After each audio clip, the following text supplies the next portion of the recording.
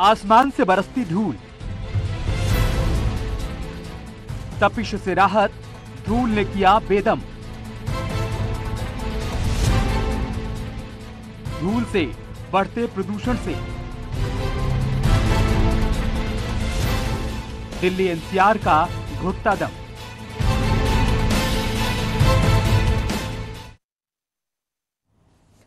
नमस्कार, आप देख रहे न्यूज 18। मैं हूं आपके साथ मेनका चौधरी। दिल्ली एनसीआर में कल देर रात आई आंधी के बाद से ही मौसम बेहद परेशान करने वाला हो गया है। पहले आंधी और फिर अचानक आसमान से लगातार बरस रही धूल की वजह से पूरे दिल्ली एनसीआर में एयर पॉल्यूशन का लेवल बढ़ गया है। न सिर्फ विजिबिलिटी कम हुई है, बल्कि लोगों को सांस लेने में दिक्कत भी आ रही है। क्या है दिल्ली एनसीआर का हाल? सबसे पहले आपको दिखाते हैं ये रिपोर्ट।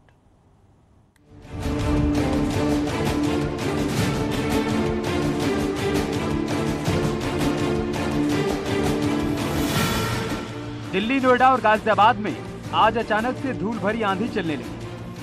हर तरफ दिखाई दे रही थी बस धूल ही धूल। बच्चों को स्कूल जाने में दिक्कतों का सामना करना पड़ा, तो वहीं ऑफिस जाने वालों को भी परेशानियां हुई। धूल की वजह से विजिबिलिटी काफी कम हो गई। अस्थमा के मरीजों को खासी दिक्कतों का सामना करना पड़ा। कुछ लोगों को आंखों में जलन और खांसी की शिकायत होने लगी। दिल्ली, गाजियाबाद और नोएडा का पूरा आसमान मानो धूल के गुबार से ढक गया। इसके साथ ही प्रदूषण का स्तर कई जगहों पर 500 पीएम के बेहद खतरनाक स्तर तक पहुंच गया।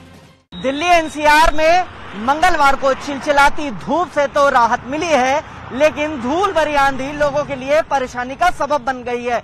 इस समय हम नोएडा में मौजूद हैं और आपको तस्वीरें दिखा दें। कल देर रात से हवाएं चल रही हैं, जिसकी वजह से धूल की चादर आपको दिखाई दे सकती है, परत दिखाई दे रही है। और ऐसा माना जा रहा है कि सामने की जो बिल्डिंग है वो भी कहीं ना कहीं इसकी वजह से धुंधली मालूम पड़ रही है और पूरी तरीके से सफेद चादर देखी जा सकती है, जिसकी वजह से आम लोगों को समस्या हो रही है। आंखों में दिक्कत हो रही है, खांसी की समस्या हो रही है और साथ ही लोगों से ये भी कहा जा रहा है, जो विशेषज्ञ हैं, कि मास्क लगाकर निकलें। ऐसा ही हाल पूरे दिल्ली एनसीआर में देखने को मिल रहा है। दिल्ली में लोग गर्मी से परेशान थे, लेकिन यहाँ भी सुबह मौसम ने करवट और अचानक धूल भरी आंधी ने पूरी राजधानी को घेर लिया। देश की राजधानी में हर तरफ धूल ही धूल दिखाई देने लगी, जिससे लोगों को खासी परेशानियों का सामना करना पड़ा। राजधानी के कई इलाकों में एक बार फिर प्रदूषण का लेवल काफी खतरनाक स्तर तक पहुंच गया और मौसम को देखते हुए इससे जल्द राहत मिलती हुई नहीं दिखाई पड़ रही है। देश भर में पिछले कई दिनों से तपा देने वाली गर्मी पड़ रही है। लोगों को गर्म हवाओं का सामना करना पड़ रहा है और इसके चलते लोगों को काफी परेशानी हो रही है। आज सुबह की बात करें तो आज सुबह से ही तेज आंधी चल रही है और अगर आप देखें तस्वीरों के माध्यम से तो आपको धुंधला धुंधला जो है नजारा नजर आ रहा होगा। ये स्मॉग या फॉग नहीं है, बल्कि डस्ट स्टॉर्म इसे कह सकते हैं। जिस तरीके से तेज आंधी चल रही है उसके चलते आकाश में पूरी तरीके से धूल छाई हुई है और जो विजिबिलिटी है वो भी कम हो गई है। हालांकि मौसम विभाग का कहना है कि शाम तक हल्की फुल्की बारिश हो सकती है और हल्की फुल्की बारिश से दिल्ली एनसीआर के लोगों को राहत मिल सकती है। मौसम विभाग का कहना है कि कल रात भर आंधी चली, जिसकी वजह से सूखी मिट्टी आसमान में फैल गई। इस मिट्टी ने ही धुंध का रूप ले लिया। इस वजह से दिल्ली एनसीआर में आसमान पूरी तरीके से धूल की चादर से ढक गया। ये धूल भरी आंधी दिल्ली एनसीआर के लोगों के लिए परेशानी का सबब बनी हुई है। Bureau report, news 18।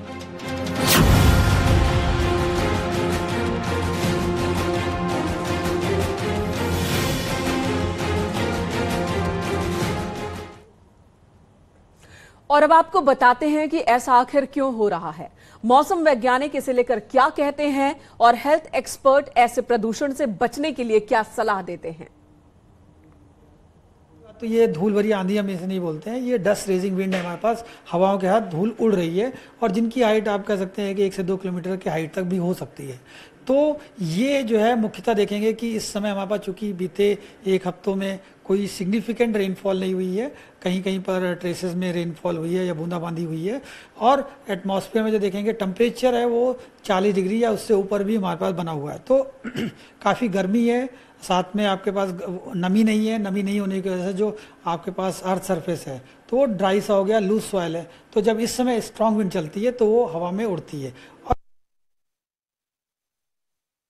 ये हवा का एक बहुत बड़ा इम्प्यूरिफिकेशन कर देता है, इम्प्योरिटीज़ चली जाती हैं और इसमें सबसे ज़्यादा खांसी का ख़तरा होता है, एलर्जी का ख़तरा होता है और डस्ट से इरिटेशन का ख़तरा होता है। और जिन लोगों को अस्थमा दमा होता है उनकी तबीयत इसमें ज़्यादा ख़राब हो सकती है। के आसपास छिड़काव करें, पानी छिड़कें और ज़्यादा बाहर ना निकलें और deep breathing, exercise, walking, running इसमें ना करें।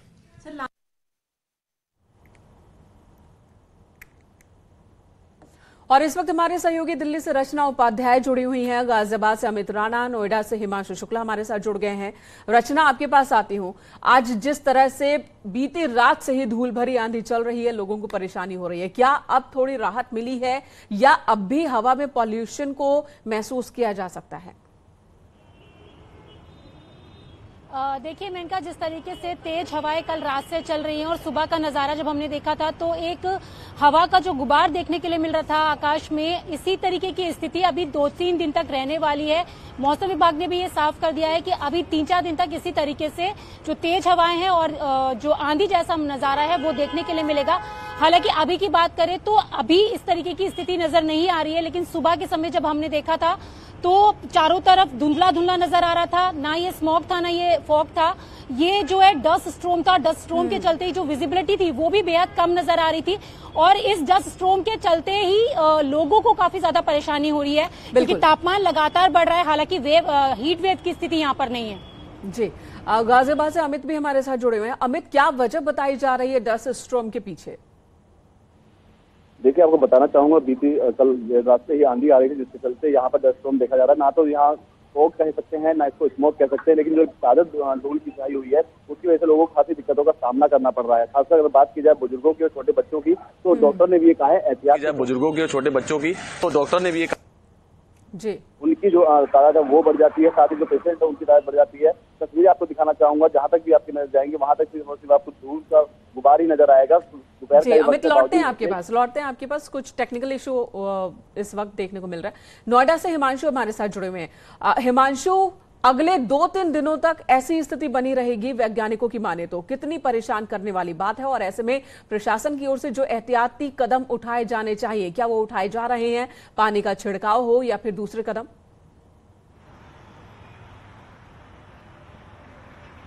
देखिए, जाहिर तौर पे जिस तरीके से हम लोगों ने देखा कि बीती रात से हवा चल रही थी और हवा के साथ धूल का गुब्बार था जो कि एक सफेद चादर के तौर पर देखा जा रहा था और ये स्थिति सुबह ज्यादा भयावह हो गई। जब लोग घरों से निकले तो इस तरीके की समस्या देखने को मिली और जाहिर तौर पर आंखों में दिक्कत, खांसी आना, इन तमाम तरीके के, और जो अस्थमैटिक पेशेंट है खासतौर पे उनके लिए सबसे बड़ी समस्या और चुनौती थी आज सुबह। और विशेषज्ञों का यही कहना था कि मास्क लगाएं, बुजुर्ग और बच्चे जरूर लगाएं। लेकिन अभी हम आपको तस्वीरें दिखाएंगे कि कल के मुकाबले जो है स्थिति काफी बेहतर है, काफी साफ हो चुका है और अभी जो मौसम था कल और जो सुबह उससे स्थिति काफी साफ हुई, सुधार हुआ है। लेकिन अभी भी ये कहा जा रहा है कि जिस तरीके से धूल भरी आंधी चल रही है तो ये रेड अलर्ट है। लोगों से अपील भी किया जा रहा है, जिला प्रशासन, Uttar Pradesh pollution control board, ये तमाम विभागों ने लोगों से अपील भी की है और ये कहा है कि आसपास पानी का छिड़काव जरूर कर ले।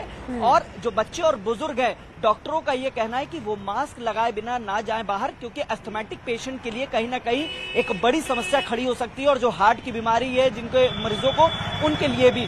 तो सांस की नली से वो धूल अंदर ना जाए और दिक्कत ना, परेशानी लोगों को ना खड़ी करे, लिहाजा इस तरीके के एहतियात की भी बात की जा रही है। और हम दिखा भी रहे हैं, स्क्रीन पर भी दिखा रहे हैं कि बचाव इस परिस्थिति में अपने और अपने परिवार के स्वास्थ्य की कैसे करनी है, क्या क्या उपाय करें कि इस डस्ट स्टॉर्म से इतनी जो बड़ी तादाद में पॉल्यूशन बढ़ा हुआ है उससे खुद को बचाया जा सके। लेकिन प्रशासन की भी जिम्मेदारियां बनती हैं। सड़कों पर अगर धूल भरी आंधी चल रही है तो ऐसे में लोगों को कैसे बचाया जा सके? रचना, क्या क्या स्टेप प्रशासन की ओर से उठाया जाना चाहिए ताकि लोगों को जो बाहर निकल रहे हैं घर से उन्हें दिक्कत ना हो?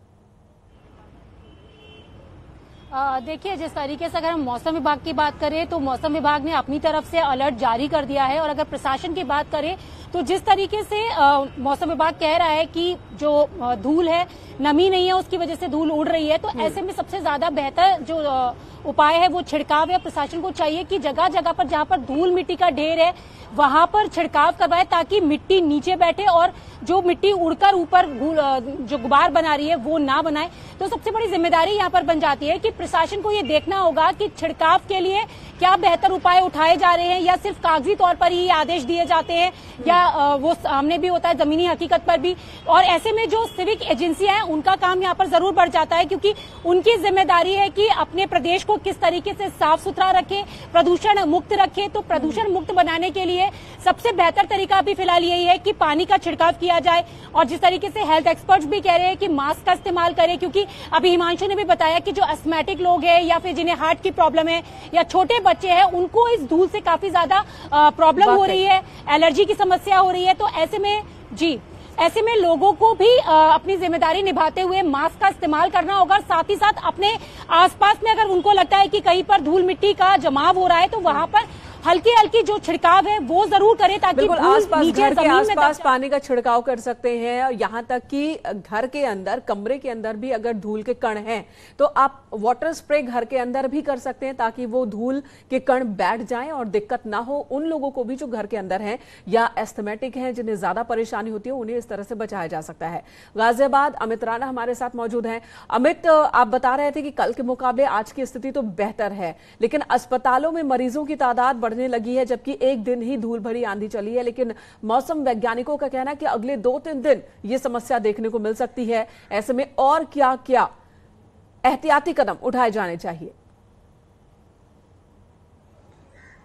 देखिए, मैंने कहा सबसे पहले आपको बताना चाहूंगा, जिस तरीके से रुक रुक कर आंधी आती है, 2 दिन की अगर मैं बात करूं, बीते 2 दिन से रात के समय आंधी आती है, दोपहर के समय मौसम इसी तरीके से बना रहता है, एक धुंध की चादर से यहाँ छाई रहती है। अगर जो 2 व्हीलर वाले जो चालक हैं, जो दुपहिया चालक हैं, खासकर दिक्कतों का सामना उन्हें करना पड़ता है, क्योंकि जैसे ही वो कहीं जाने के लिए निकलते हैं तो आंखों में एक जलन सी होती है, गले में खराश होता है।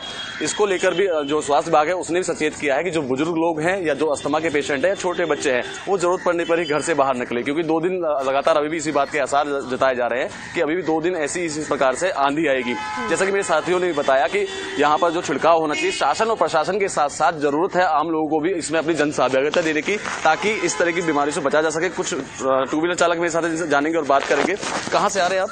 मैं दिल्ली से आ रहा हूँ। अच्छा, दिल्ली से आ रहे हैं। कैसा मौसम लग रहा है अगर बाइक वगैरह कुछ चला रहे हैं तो? गर्मी बहुत ज्यादा है, सीधा फेस पे ऐसे आग जैसी लगती है कि जैसे आग लग रही हो। इतनी तेज हवा लगती है, गर्म हवा लगती है बहुत ज्यादा, जिससे बहुत ज्यादा बुरी हालत हो जाती है, प्यास लगती है और मतलब बहुत बुरा हाल है गर्मी से। बिल्कुल, ये 2 व्हीलर चालक है, इनका भी साफ तौर पे कहना यही है कि अगर बाइक ही चला रहे हैं, 2 व्हीलर अपना चला रहे हैं, तो इन्हें भी खासी दिक्कतों का सामना करना पड़ रहा है। जहां गर्म हवाएं लग रही है इनको, वहीं आंखों में जलन की शिकायत भी कह रहे हैं। तो लेकिन मैं दोबारा से फिर वही कहना चाहूंगा कि प्रशासन और शासन के साथ साथ जन सहभागिता भी इसमें बेहद जरूरी है। जैसा बताया कि डॉक्टर की और जनता को जागरूक करना भी जरूरी है कि उन्हें क्या करना चाहिए, क्या नहीं करना चाहिए। जैसे अब मौसम इस वक्त बना हुआ है, धूल भरी आंधी, धूल के कण बहुत ज्यादा है, पॉल्यूशन बहुत ज्यादा है, एस्थमेटिक लोगों को ज्यादा दिक्कत हो रही है, बुजुर्गों को, बच्चों को ज्यादा दिक्कत हो रही है। ऐसे में प्रशासन को भी कदम उठाया जाना जरूरी है, क्योंकि वाटर स्प्रिंकलर हो या फिर टैंक हो, ये व्यवस्था पहले से ही मौजूद है, बस इसके इस्तेमाल की जरूरत है, वक्त पर इस्तेमाल की जरूरत है। अब जब अगले 2-3 दिन भी मौसम ऐसा ही रहने वाला है तो उम्मीद करेंगे कि प्रशासन की ओर से पानी का छिड़काव शुरू किया जाए दिल्ली एनसीआर में। और लोगों से भी अपील है, हम स्क्रीन पर लगातार दिखा भी रहे हैं कि क्या करना चाहिए, नहीं करना चाहिए, खुद को स्वस्थ रखने के लिए उन उपायों का भी पालन करें। धन्यवाद इस वक्त आप सभी का हमारे साथ बने रहने के लिए। यहां एक छोटे से ब्रेक के लिए रुकेंगे, खबरों का सिलसिला जारी है इस ब्रेक के बाद भी।